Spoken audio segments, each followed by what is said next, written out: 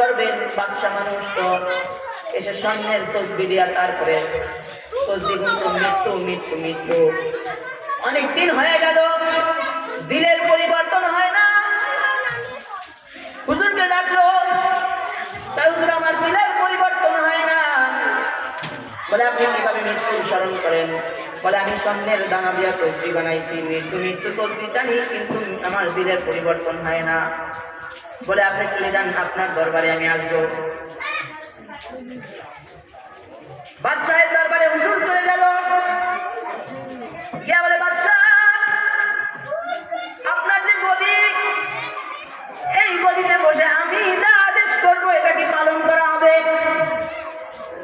বলে হ্যাঁ, এই গদিতে যিনি বসবে, এই জন্যই তো গদি নিয়ে মারামারি হয়। বলে এই গদিতে যিনি বসবে তিনি যা আদেশ করবে এটাই মান্য করা হবে। বলে আচ্ছা ঠিক আছে, আমি কি গদিটায় বসতে পারি? বাদশার মনে জাগলো, হুজুর মানুষ লোক লালসা নাই, গদি গুলি দখল করবে নাকি? হুজুর গদিতে বসে গেল। গদিতে বসেই হুজুর বলতেছেন, এই জল্লাদ, এদিকে আসো, সাবেক বাদশাকে নিয়ে যাও, গর্দানটা আলাদা করে দাও। এই কথা বলার সাথে সাথে বাদশাহ অজ্ঞান হয়ে গেছে। অনেক সময় হয় জ্ঞান ধরে না।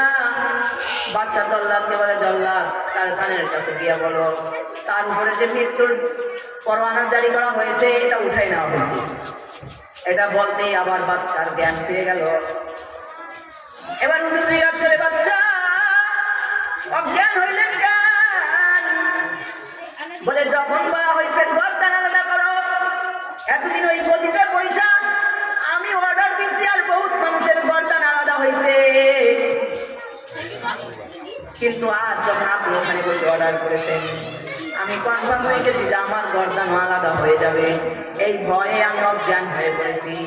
বলে বাদশাহ এতদিন যে তসবিটাকে আমি মৃত্যু মৃত্যু স্মরণ করছেন ওটা মৃত্যুর স্মরণ নয়, বরঞ্চ এইটা হলো মৃত্যুর স্মরণ। আপনাকে স্মরণ করতে হবে, মসজিদের পালকিটা আমাকে একদিন সইতে হবে, একদিন 3.5 হাত মাটির নিচে আমাকে যাইতে হবে। এটা হলো প্রকৃত মৃত্যুর স্মরণ। কখন মরবো জানি না, কিভাবে মরবো জানি না, মরণে মরণে প্রস্তুত। আপনি যেখানেই যান মৃত্যু কিন্তু আপনার সাথে যাবে। বনি ইসরাইলের যুগের এক ঘটনা, এক মহিলা মালিক ছিল। মহিলা মালিকের একটা গোলাম ছিল, 10-12 বছর বয়স। এই যুবক ছেলেটা ছিল গোলাম। মহিলা মালিক বলতেছে, এ গোলাম, আমি এখন বাচ্চা প্রসব করবো, প্রসব বেদনা হচ্ছে, আমার জন্য আগুন নিয়ে আসুন। প্রসব বেদনা যখন ওঠে তখন আগুনের উপকারী হয়। তো যুবক দৌড় দিয়ে তাড়াহুড়া করে বের হয়ে গেল। বের হয়ে দেখতেছে সামনেই দাঁড়িয়ে থাকা পাগড়ি পরা, জুব্বা পরা একজন বুজুর্গ লোক। বুজুর্গ লোকটাকে সালাম দিতে, আসসালামু আলাইকুম। আর যুবক বলতেছে, ওয়ালাইকুম আসসালাম। যুবক আবার দৌড় দিল।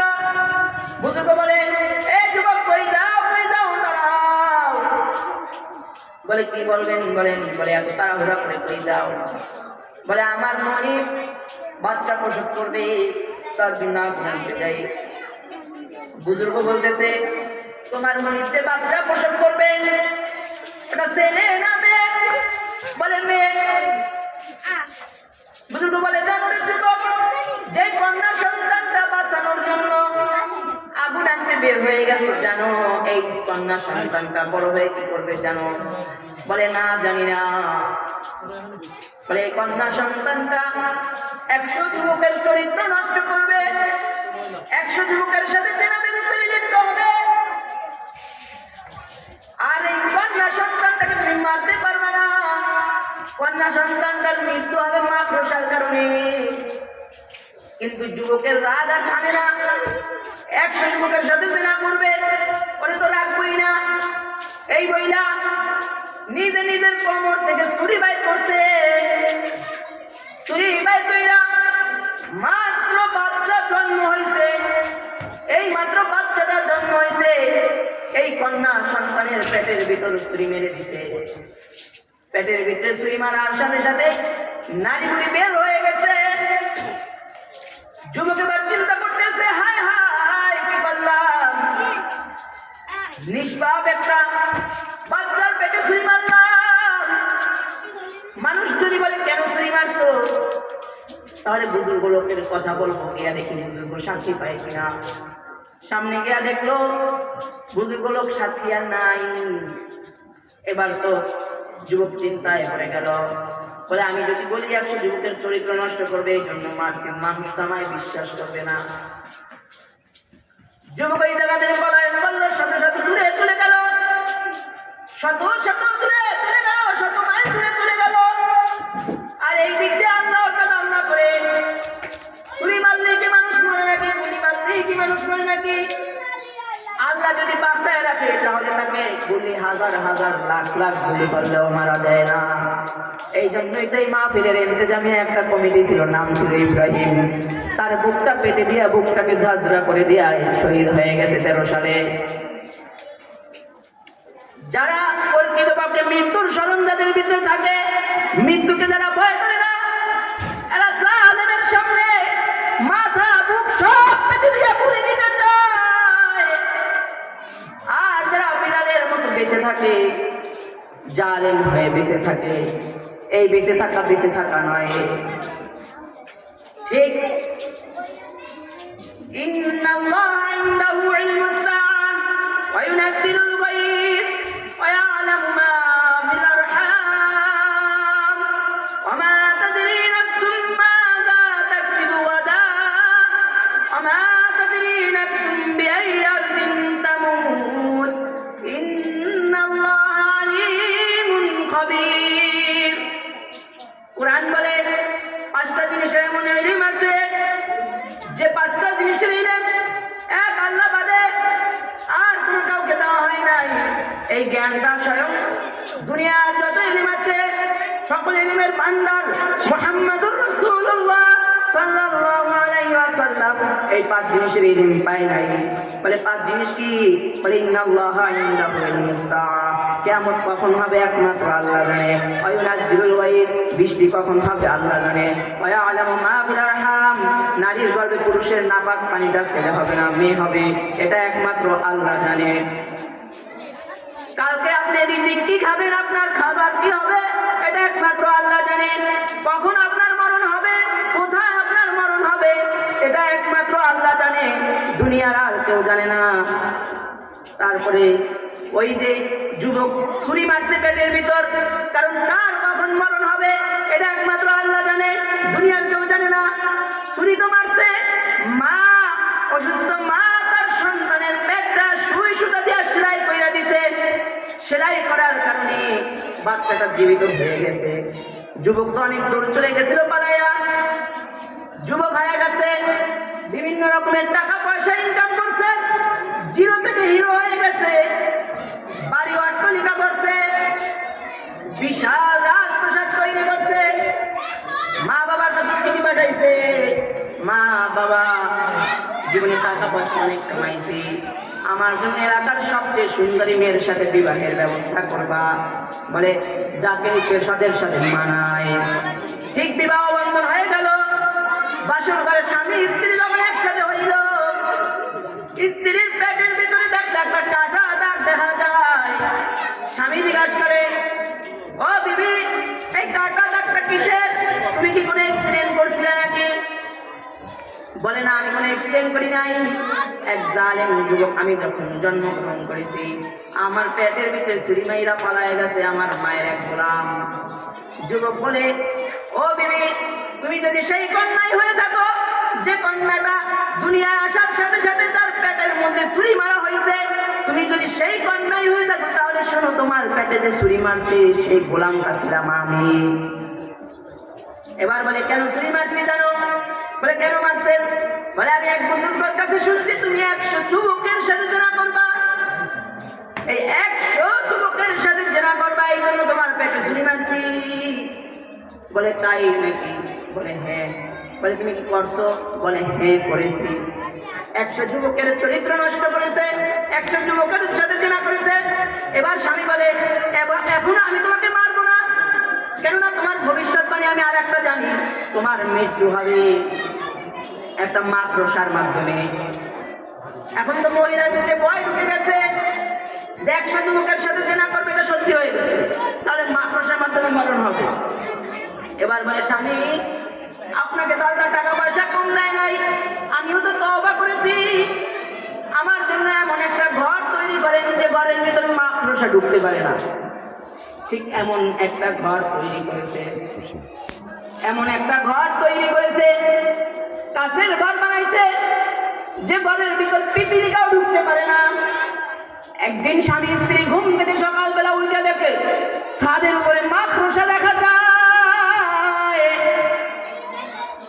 এরপরে স্বামী ডাক দিয়া বলে, বিবি চা দেখো, তোমার আজরাইল মাকড়সা এসে গেছে, টাকা পয়সা খরচ করে তোমার জন্য বাড়ি বানায় দিলাম, কিন্তু এই দেখো মাকড়সা দেখা যায়।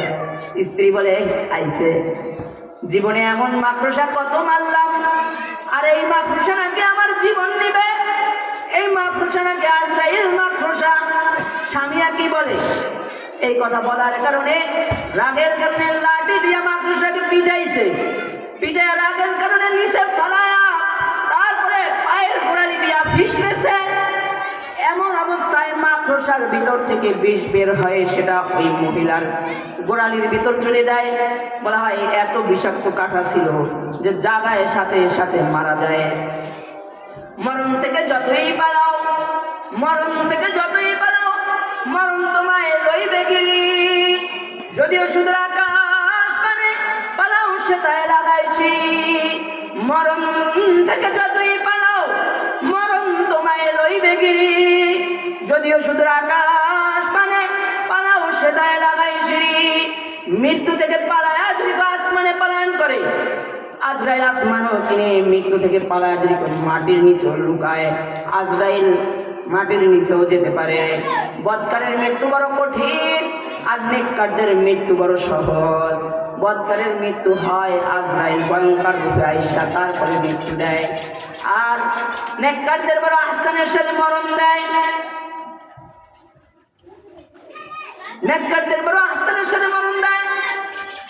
মৃত্যু কিন্তু অনেক কঠিন। হযরত ঈসা আলাইহিস সালাম নাম শুনেছেন? ঈসা আলাইহিস সালামের মুজিজা ছিল যে তিনি কবরের পাশে দাঁড়ায় যদি বলতো, এই কবরে কে আছো দাঁড়াও, তাহলে কবর পাশে দাঁড়াই যেত। তার আমলে দেখতেছে তার জামানায় দেখ মহিলা কবরের পাশে দাঁড়ায় কান্না করতেছে। বলে মহিলা কান্না করো কেন? বলে পয়গম্বর আপনি আসছেন, ভালো হয়েছে। এই খবরটাই কিছুদিন আগে আমি আমার কন্যাকে দাফন করেছি। আমি আমার কন্যার মায়ায় কান্না করতেছি। আপনি যদি ওর একটু রাইখা আমার সাথে কথা বলা দিতেন। ঈসা নবী বলতেছে, কুম বিসমিল্লাহ ইয়া ফুলান, কবরের ভিতর কে আছো দাঁড়ায় যাও। কবরের ভিতর থেকে দাঁড়ায় গেছে, দাঁড়ায় ঈসা নবীকে সালাম দিছে। মা বলে, কিরে মা, কিছুদিন আগে তোকে মাটি দিলাম, তোর চুলগুলা কালো ছিল, কিন্তু আজ কেন তোর চুলগুলা সাদা? বলে মা আসছিলা কবর জিয়ারত করে চলে যাই, তার কেন আমার উঠাইলা? আমার কবরের ভিতরে চুলটা কালো ছিল, কিন্তু মা জানো আমার চুল কখন সাদা হয়। আমাকে যখন ডাক দিতে তখন আমার মনে হয়েছে এই কষ্ট আবার আমার হবে, আমাকে আবার মরণ দেওয়া হবে। এই চিন্তার কারণে কবর থেকে ওঠার সময় আমার চুল সাদা হয়ে গেছে। তো আলোচনা তো এটার বিষয়ে অনেক লম্বা আলোচনা, যেহেতু টাইম সংক্ষিপ্ত, টাইম শেষ।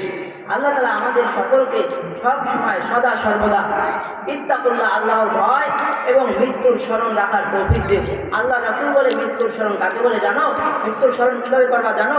তোমাদের এলাকায় কেউ মারা গেল তো জানাজায় গিয়ে উপস্থিত হও, কিন্তু আমরাও জানাজা করি। তবে আমার উদ্দেশ্য থাকে কি জানেন? আমাদের উদ্দেশ্য থাকে অমুকে মারা গেছে, অমুকের বাবার সাথে আমার বাবার ভালো কাজ ছিল, আমি যদি জানাজায় না যাই মানুষ কি বলবে? অথচ জানাজায় যাবে এই নিয়তে যে আমি যাই, কাল আমার জানাজা তৈরি হবে। এইটা থাকবে নিয়ম। আবার অনেকে গোসল করায়, আমরা আমাদের বাবাদেরকে গোসল করাই না।